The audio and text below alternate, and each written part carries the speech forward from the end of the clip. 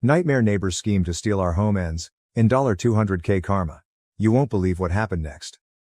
Before we begin, let's introduce the key characters. The entitled neighbor will be referred to as N in the future, and the entitled neighbor's spoiled kid will be referred to as S, for entitled son. The former owner of our house, known as P.O., will also appear in this story, albeit in a minor role. Also, keep in mind that it's been over 15 years since we acquired the house.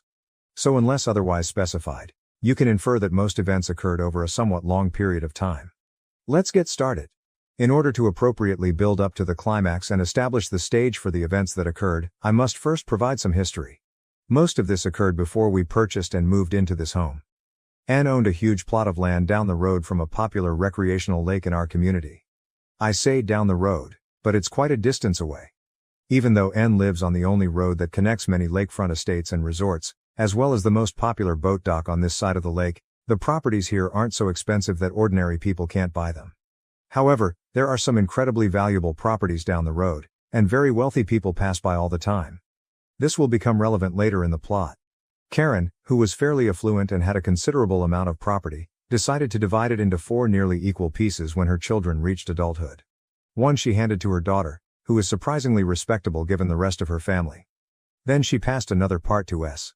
She built residences for them on both properties, essentially following her children's requirements. Then on the 4th piece of property, which did not include her own house, she built a little convenience store. This will also be useful later on. I'm not sure why, perhaps to avoid future disagreements, but she ended up giving her children the deeds to their various houses and properties. You probably know where this is headed. While the respectable daughter was pretty respectable, S, or should I say irresponsible son, was a party animal. Everyone in the area at the time despised him. He would host loud, rude late-night parties practically every night, keeping everyone awake. Because he was called on so frequently, the police must have had someone stationed nearby. It undoubtedly did not help his entitlement that Mommy paid all of his bills for him. She maintained everything in her name, including water, electricity and rubbish. They all went to her mailbox, well, except one. Because the property was in his name, so were the property taxes, which he never paid to Ann and instead ignored. I suppose Ann either didn't think about it or expected he would pay for it himself.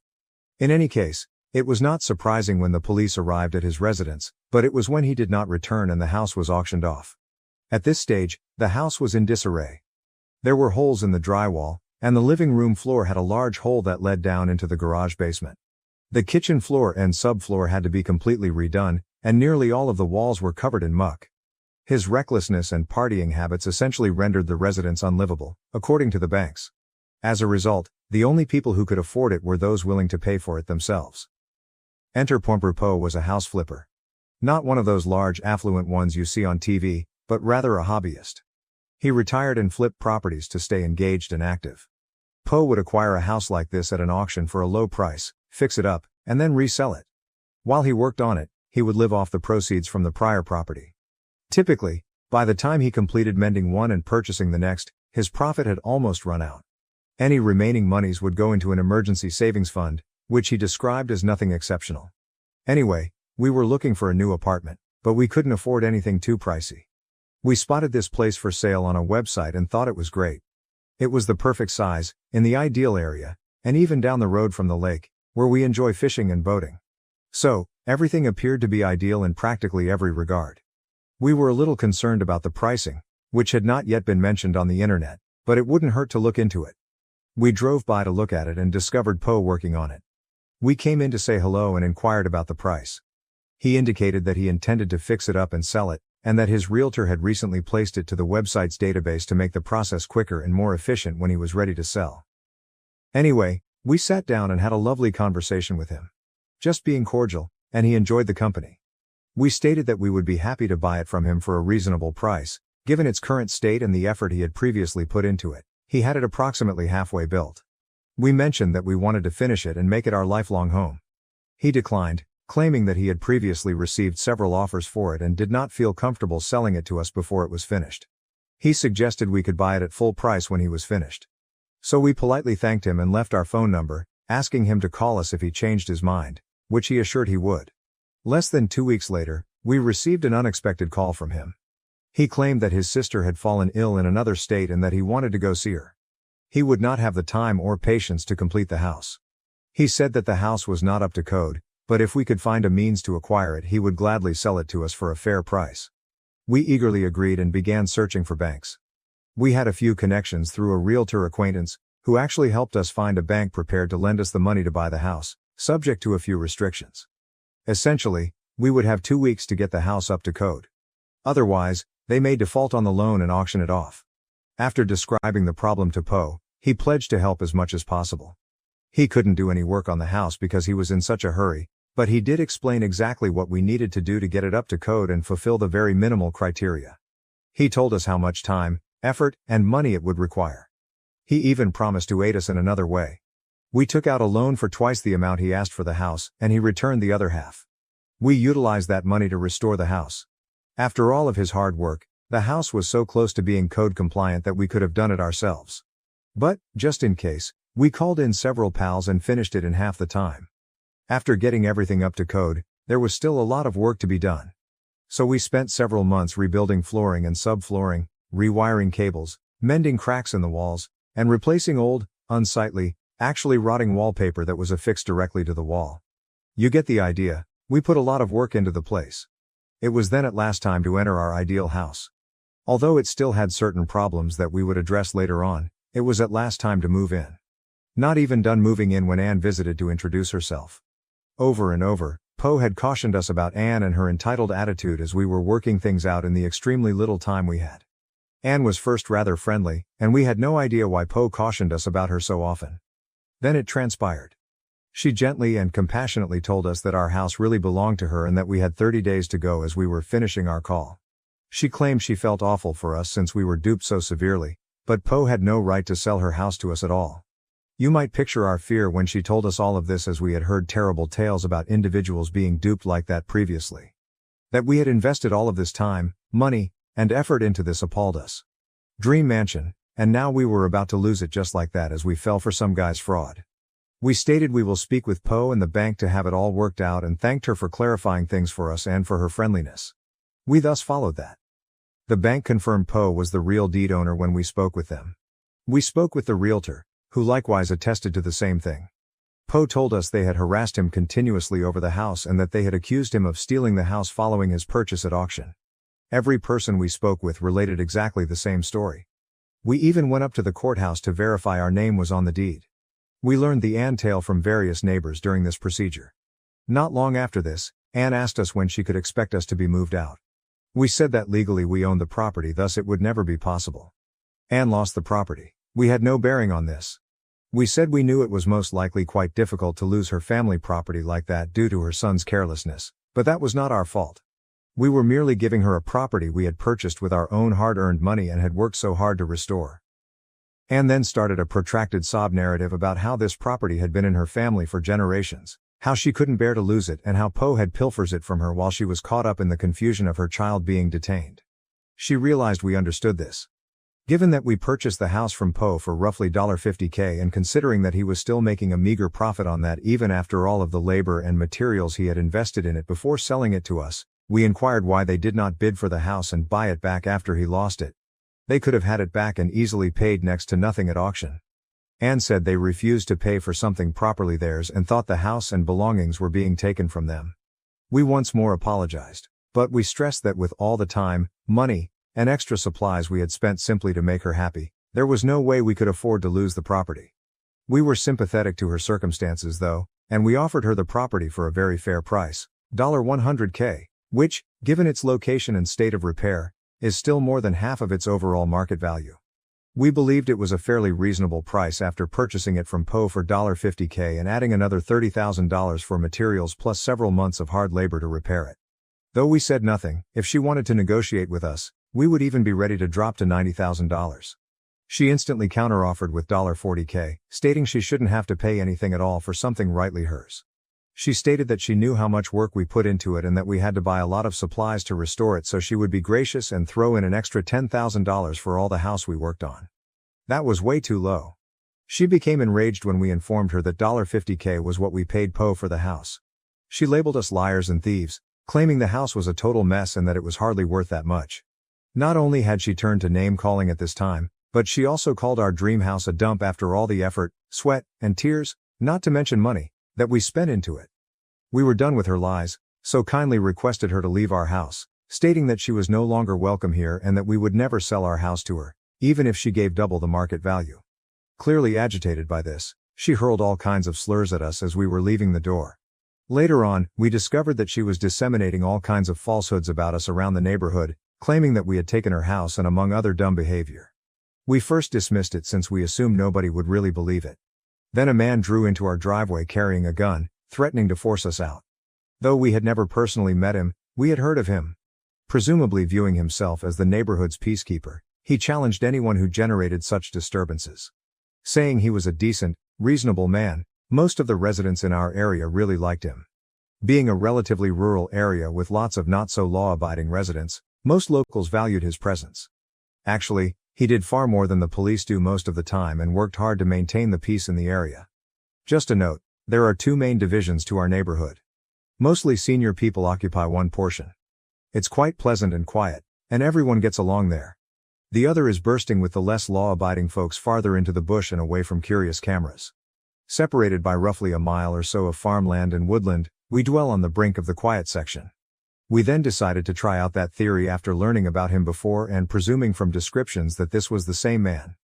We welcomed him in for a beverage and conversation since we didn't know what was going on. We let him bring his gun, but we advised him that we would be carrying our own as well. If that means anything, almost everyone in my town owns a gun. There are more gun stores than dollar stores, hence we were not really concerned about his carrying a pistol. In our town, that isn't really meaningful. Simply said, hey, I'm capable of defending myself if this gets out of hand. Now, if someone pointed it at you, which he didn't, that would tell another tale. Returning to the main narrative, he said he thought it was something like that and apologized for the misinterpretation following a few hours of talking and situational explanation. Promising not to happen again, he said he turned off a switch after becoming enthralled in the reports. He also praised us for purchasing the house, saying that everyone was considerably happier when Anne moved out. He didn't have to hear people grumbling about loud music and intoxicated high kids staggered along the middle of the road in the middle of the night almost getting run over. Afterward, we all laughed good-hearted about it. He departed without saying another thing. Time now for the reason Mr. Peacekeeper felt the rumor so readily might be used. Though it's a bit of a side narrative, this is also a significant turning point since Anne's things started to fall downhill. Let us now get on to it. The events of this side story do cross a small bit with those of the next section of the plot. I then indicated Anne divided up a part of her land to open a convenience store. Well, this shop was quite well liked in the area, and being exactly in the middle, it was in a prime location. Their prices were unpopular. They really overpriced everything by quite a little, and their customer service was likewise essentially restricted to a thank you for your purchase as you left the door. That was good, I suppose, as occasionally they would offer a refund should you discover mold on the food you purchased from them. Still, they were rather well liked as they were the only convenience shop in miles. For most folks, they were simply a skip and a hop away if you had to buy groceries and did not have to drive all the way to town. Heck, we even put aside our differences and visited there quite a bit. After all, they were virtually next door. Apart from that though, their modest store's popularity helped them to establish a quite good reputation in our neighborhood. Everybody wanted to keep their handy small store, thus they would dare anyone to attempt and remove it from them. I guess I could sort of see the emotion there. And that's back when everyone felt Anne and her family were decent folks. People therefore listened when Anne started disseminating rumors. Everyone knew that was ludicrous, hence the stories of us pilfering a whole house from her merely flew over. Still, they mostly believe she is trustworthy. People did believe the other stories though, and trust me, there were plenty. But most of them were little, insignificant items of concern for none. Let me explain that even supposing all the allegations about us were accurate, there was far more that could be said about some other people in our neighborhood, hence nobody ever gave them any thought. Anne clearly disagreed with us, hence nobody wanted to be on her negative side in case she banned us from her store. They did avoid us. They all simply turned away from us and let us run wild. Anne let her son return in after a few years when he was at last released from jail and had nowhere else to live. She rented him an apartment above her convenience store since she disliked having him live with her and totally banned any wild parties on her land ever again. Though, all he had to do was operate the business for them when they were busy with other things, which wasn't not quite often, he did not really have to pay rent. Still, Anne's son did not pick up his lesson even with all of this. He would clearly pocket the extra money and routinely double-charge products while running the register. We went back in for a refund after repeated discoveries of this. They usually use the broken register as their justification. After observing a trend, we told Anne that her son most likely pocketed the money and was double billing people for products. Anne was fairly entitled, but she did not go so far as to engage in clearly unlawful activity. We loved her small business and wanted nothing to happen to it. She told us, instead of appreciating us for bringing this to her notice, that we were seeing things and gently advised us to screw off. We very respectfully followed her demand. We also forwarded the material to some of our neighborhood buddies. Thanks to Anne, it had taken years to really reach the point where some of them would even glance at us, let alone converse with us. At last though, we had befriended one another. Every year, Christmas goodies for your neighbors help to cheer someone's day. In any case, they thanked us even though they informed us they didn't really believe it. Still, the news soon permeated the area. Then very fast, arrived Mr. Peacekeeper. He stopped in our driveway once more, but this time he was far friendlier.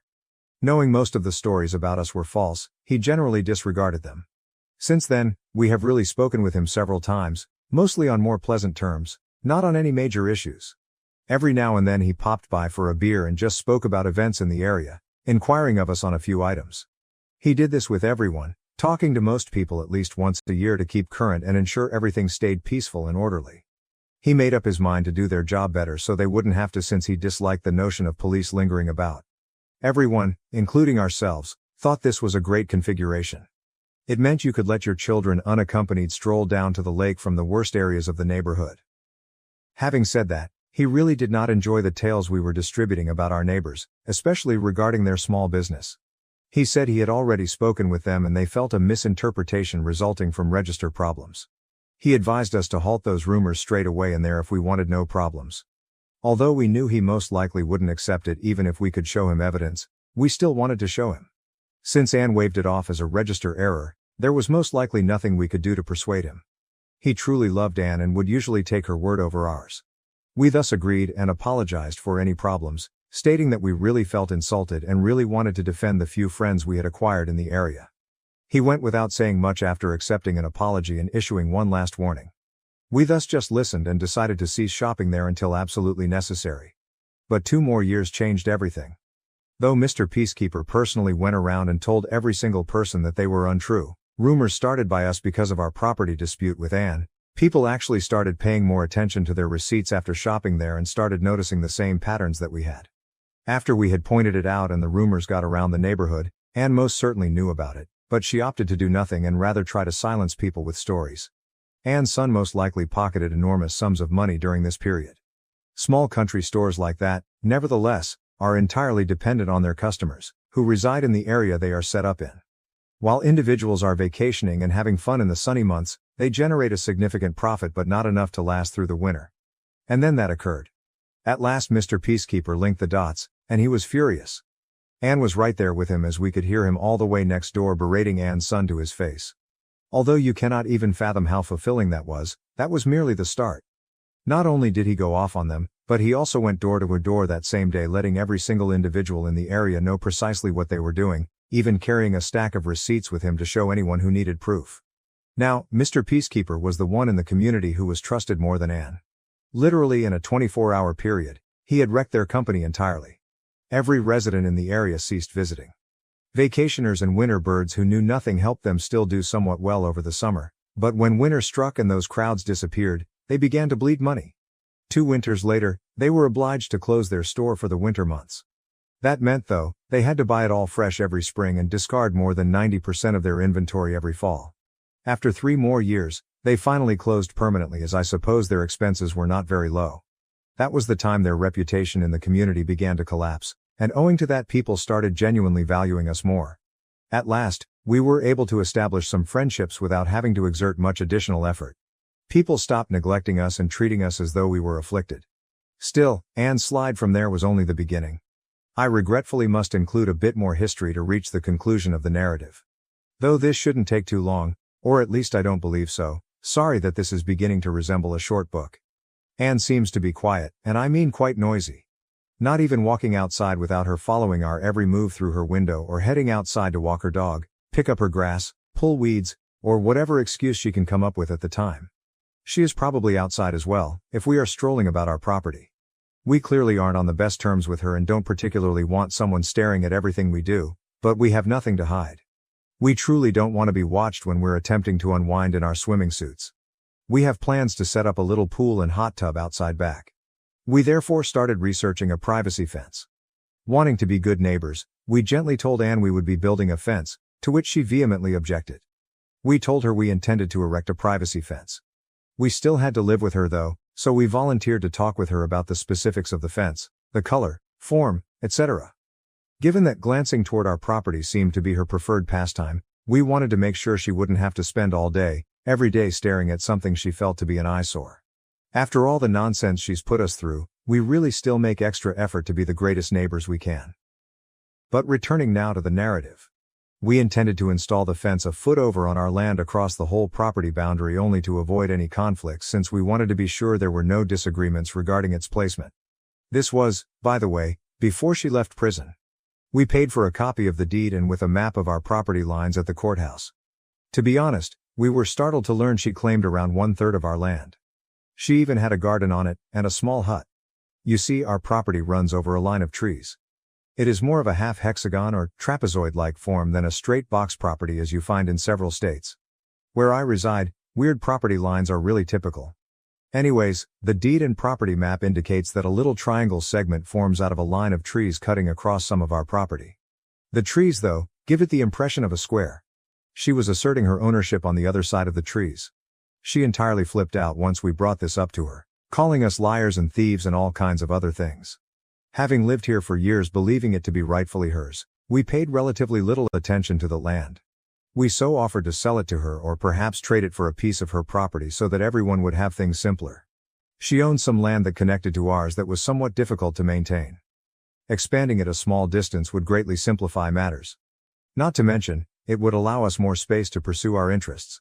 Saying that she would never pay for anything that already belonged to her and that she wouldn't even consider giving us her property for nothing, especially following our stole of this property from her, she categorically rejected. We have been in a major continuous property conflict since then. Now, something about where I live.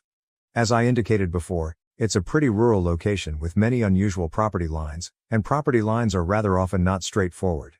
Many of the documents are hundreds of years old, and instead of X feet in Y direction, they employ transient markers like large oak tree to large rock next to stream. Many of these sites could be describing several things or might have vanished over a century ago. Therefore, it would be quite understated to claim that there are many property conflicts in our neighborhood. That, together with the fact that in some cases a very little fraction of property might be worth a lot of money, has caused our state to draft a lot of quite rigorous laws and rules controlling property conflicts, surveyors, etc.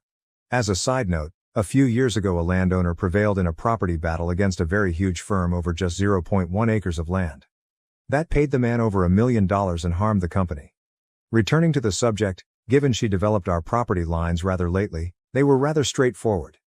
That does not change the fact, though, that property rules are rather rigorous, especially with relation to surveyors.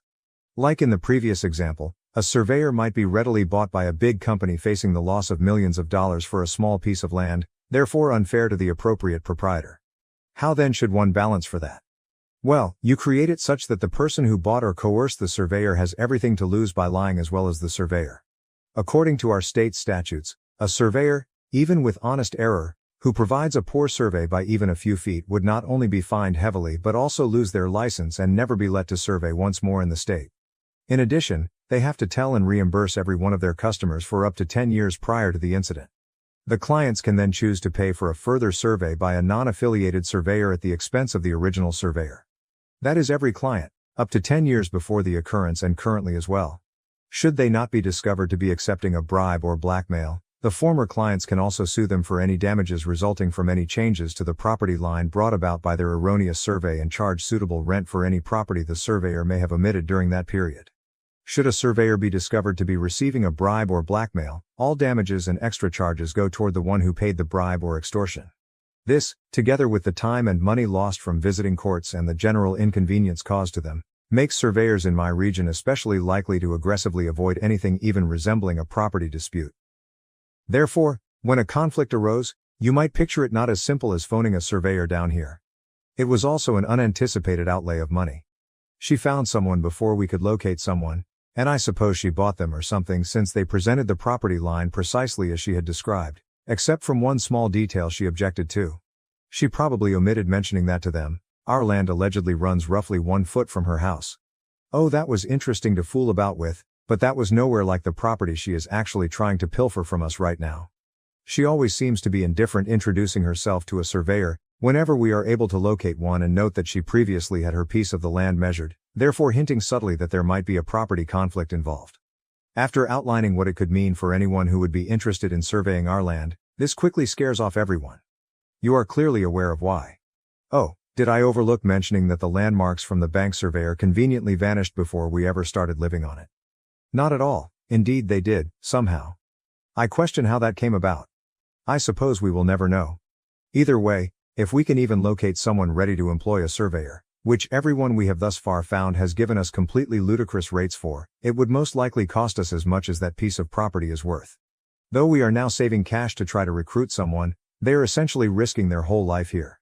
That gets us to the culmination of this narrative, some few months ago. Although I apologize for the lengthy background, let us now focus on the current scenario since we are totally engrossed in it. A few months ago, a quite severe storm knocked down a tree in the contested area. Since this tree was literally right next to the road, when it fell it damaged some of our other neighbor's property, that which resides across the street from us. Not only that, but it also totaled someone's brand new sports automobile as they were traveling down the road. Although no one was injured overall, the cleanup took several days, just enough time for us to get a bill in the mail for almost $200K, practically more than our house and property were worth once we cleaned it up. Negative compliance started to take hold. Thus, just a little extra background for everyone who might not know, most property or home insurance does not cover damages to other people's property. Usually on you, even if someone is on public property like a road, if your property damages theirs and you could have reasonably stopped it, such as chopping down a tree next to the road before it collapsed in a big storm, then you're 100% liable for the harm done. At least that's how it operates where I live. We contacted them when we received the bill in the mail from some unidentified rich person's insurance company for their destroyed sports car and very politely informed them that the fallen tree was not on our property. They claimed they would look into it and come back to us after posing a few questions. About a week later, we got another letter from the insurance company with a copy of the deed and property line printout with the tree in issue circled in red, obviously on our property. They would be bringing us before court, or they were expecting complete payment within 30 days after their first warning. Give or take, that was roughly 2 weeks from now. We phoned them one more time to once more clarify that it was not on our property. The agent first argued with us a little, explaining in much nicer terms than I would have used, that someone would have to be brain dead to believe that the tree in issue was not on our property and that it would be absolutely impossible for anyone to believe it was that far off on the printout. All we did was provide them the surveyor and hired's phone. They groaned, stating they will call the surveyor and look into the situation further, but underlined we had roughly 2 weeks to get the cash ready should what we were stating not be verified. Actually, we never heard from them once more. Recall the penalties I discussed for providing erroneous survey responses. The surveyor acknowledged receiving a bribe, but there was no way he paid him enough to offset all of his potential losses. At this time he would most likely have to leave the nation. So he was not going to be able to provide the insurance company anything different from what he gave us or N. Later on we phoned the insurance company to inquire about the matter. Reading over the notes, the agent felt really content. Confidentiality concerns prevented them from telling us too much, but they could tell us that N clearly disagreed with the claim exactly as we did, stating the land did not belong to her, and that the surveyor validated the findings with them. There was no justification whatsoever for the insurance company to suspect the survey results were fake because we were not contesting them and the surveyor was hired by N herself. As long as we were not contesting the findings, N should have whole responsibility for all damage the falling tree causes. Still, they were limited to saying that. That satisfied us. It was roughly what we expected. The aftermath. Though they clearly were not thrilled about it, N had no major trouble paying the insurance company the money, as you can most likely understand given my background. Although we are unsure of their wealth or savings, it seems sufficient to cover it without having to sell any more of their territory. We have mainly kept quiet about the property conflict since then, but we are still thinking about saving money to pay a surveyor to reclaim our land. By now the focus is more on the matter's principle than on the real territory. Regarding N though, we can tell every time she looks at us now that she clearly is not happy with us. She seems to object to the fact that we let her possess our land for some unidentified reason. It's free land. How could you be dissatisfied with that? LOL. She could try to spread stories about us at this time, but it would most likely backfire since most of our neighborhood has befriended someone quite decent and nobody trusts N anymore. N is essentially caught between a rock and a hard place ever since they discovered S was practically stealing from everyone in the neighborhood beneath their noses and they knew about it and did nothing to stop it. We are merely observing the flames they set burn to the ground from behind here. Anticipated to see what comes next.